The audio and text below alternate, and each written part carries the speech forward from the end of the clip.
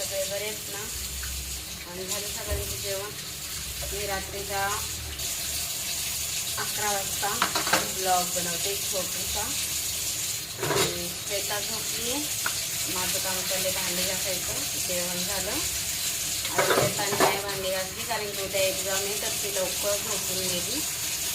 आणि मम्मी करते बाकीचे कामं, नाही तर मी आल्यावरती मी काय कामं करत नाही. घरातलं भांडे वगैरे तीच करत असते, पण आजला मी करते कारण उद्या एक्झाम आहे. तुला सकाळी लवकर उठायचं, तर मी जेवली आणि झोपून गेली.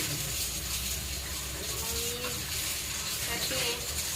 आल्यावरती घरातली कामं आवडली, जेवण बनवलं, कपडे धुतली,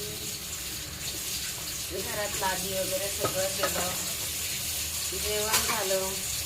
आता श्वेता झोपून गेली आणि मी भांडी घासते. असं आहे आमचं संध्याकाळी आल्यावरती. आणि ती घरी ते असल्यावरतीच, एक्झाम नसल्यावरती मला काय करायला नाही लागत. आता एक्झाम चालू झाले उद्यापासून, त्याच्यामुळं जोपर्यंत एक्झाम नाही होत तोपर्यंत मला काम करावं लागेल, घरात भांडी वगैरे. आणि जेवणसुद्धा तीच बनवते.